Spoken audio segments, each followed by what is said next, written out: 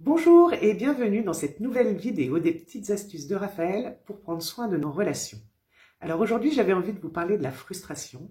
Guénora nous en a déjà parlé dans une précédente vidéo en nous parlant des frustrations liées au projet qu'on ne pouvait pas mettre en place. Aujourd'hui, j'ai envie de vous parler des petites frustrations du quotidien, ce qui n'est pas possible de faire, les imprévus. Alors, il y a deux types de frustrations. Les frustrations qui sont plus liées au contexte. Alors aujourd'hui, il est particulier, c'est le confinement. On ne peut pas faire du sport comme on veut, on ne peut pas aller boire un café, on ne peut pas aller voir la grand-mère. Tout ça, finalement, nous met dans des situations d'impuissance, de déception et qui créent des frustrations. Et puis, il y a aussi toutes les petites limites liées à la relation. Par exemple, un enfant qui vient me déranger pendant une visioconférence qui est importante. Mon patron qui me met en chômage technique alors que je sais que j'ai du travail. Voilà, tout ça va aussi venir nous décevoir. L'autre va nous décevoir dans nos attentes par rapport à lui et donc on aura nous aussi des petites frustrations. Alors, l'idée de cette vidéo aujourd'hui est de vous proposer des petites astuces pour en faire quelque chose de positif. Alors, à travers mes lectures, j'ai relevé 4 points qui me semblaient importants. Le premier point, c'est déjà d'accueillir l'émotion que nous renvoie cette frustration et de l'accueillir. Peut-être je suis en colère, peut-être je suis triste. Je me connecte bien à cette émotion et je me demande qu'est-ce que je vais en faire. Le deuxième point, c'est par rapport à nos limites. Et oui, je ne suis pas parfait et l'autre n'est pas parfait. Alors je pense qu'on en a tous conscience, mais est-ce que nous l'avons accepté ? À partir du moment où on commence à accepter que ce ne sera pas parfait, cela déjà va être beaucoup plus facile pour pouvoir gérer notre frustration.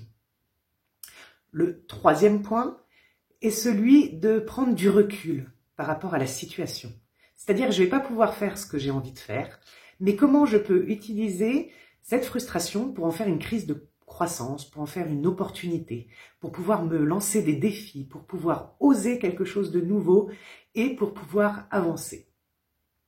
Et puis le dernier point, le quatrième, dont nous avait un petit peu parlé Guénola, c'est de ne pas être victime de la situation, mais d'être indépendant par rapport à cette frustration. C'est-à-dire que je vais me fixer mes propres buts, bien réalistes, bien concrets et bien réalisables. Alors concrètement, comment mettre en place ces 4 petits points ? Je vous prends un exemple. Aujourd'hui, je dois aller faire mes courses et je sais que je n'aime pas du tout perdre mon temps et faire la queue.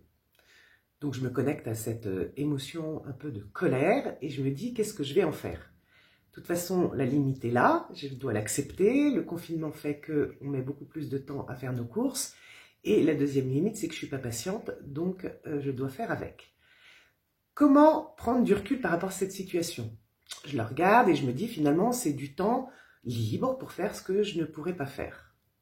Alors, je me fixe un but, je me dis, tiens, j'ai repéré que le cabinet Raphaël faisait des petites vidéos, j'ai jamais le temps de les regarder, donc je vais mettre à profit ce temps d'attente pour pouvoir les regarder.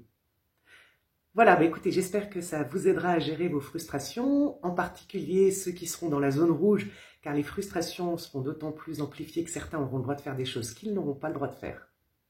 Merci de m'avoir écouté. N'hésitez pas à retrouver les autres astuces du cabinet Raphaël sur notre chaîne YouTube. Et je vous dis à bientôt!